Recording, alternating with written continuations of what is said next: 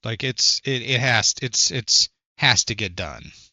And I mean, I could have been a little bit, I guess, harsher with it earlier, but I didn't like. Well, I mean, first off, there were, like I said, there were other things going on, but also like they didn't. It didn't wasn't super mean. Yeah, I didn't need to be super aggressive at that point in time. It was just it worked. give them more video game time. They'll be all right. Yeah, it'll be all right. All right, there you go. The light umber got put on. And one of the things I can also do with the light umber is I can actually do a little bit of a brown wash on top to again bring the details out before I do the rivets, and that'll also help as well.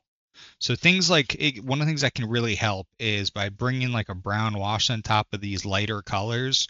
They help bring out some of the detail in the print, and it's really good. And I just want to say, so this was printed on a bamboo P2S. I should probably actually start tagging bamboo in um, these YouTube videos because I give them enough credit and stuff. But it was a beautiful thing. So it was Black Squirrel Games is the company that made the STLs. They did a great job, and I printed at zero point 0.1 layer lines, which is why you don't see a lot of really heavy layer lines on these things. And Well, that's FDM, not resin, right? yeah, these are FDM printers.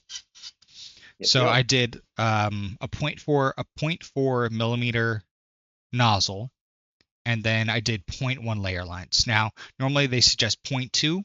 I did 0.1, so it's going to take twice as long, honestly, because it's 0.2 or 0.1 instead of 0.2. But I feel like when you look at it, you just don't see the lines. Now I can go as down as 0.08, but then that makes it even longer. But I feel like at point 0.1, I think it's good enough. And I think for terrain, this is beautiful. And I think when you compare to the type of terrain we had 10 years ago or the type of terrain we had 15 or 20 years ago, this is like jumping ahead in what we had. Like we used to cut foam and put little rocks and paint that, and that's what we used to use. Or, early 3D printing. But what we have now is just beautiful. And Yeah. it's amazing. And I think when you guys all see the full table at Nova, you guys are gonna love it. And if you can't get to Nova this year, so it's Labor Day weekend in Washington D.C. So it's September 2nd. Well, I'm sorry, no, it's Thursday through Sunday. So September 4th through September 6th. I think those are the maybe those are the days. I might be wrong. Look it up online. I'm not your best host, right? I'm not your best source information right now. But you could always come on and join us. If you can't join us this year, join us next year. I'm hoping to be doing more IKRPG next year. They also Try and True puts on an awesome narrative. They're also great at judging. There's if you're not into War Machine, there's painting expos, there's 40K, there's all those great things. And if you can't see any of that, it is going to be streamed online. And yeah, it's awesome. So I think that's where we're going to end today's episode. Jason, is there anything you want to add? I feel like I talked too much this episode. I'm sorry, buddy. I forgot to buy my tickets. I need to go buy tickets. Oh, I so bought the if you need, airline tickets to come see you and pick you up, but I didn't buy tickets for the get into the convention. So I'll go do that as soon as we're done here. all right. Well, I just wanted to say thank you everyone for joining us for another episode of Let's Get You Painted. Hopefully this gave you a little bit of insight on how to get terrain painted quickly so that you can have terrain painted for either your D&D or Iron Kingdoms or Pathfinder or even your War Machine or 40K or whatever you're playing. Or maybe you're going to take some of these tips and put it towards your miniature painting. So thank you so much for everyone. I'm glad you took some time to enjoy it with us, and thank you so much. Jason, what do you want to say? Bye bye. Thanks All for right. joining us. Yep. Thank you, everyone. Bye.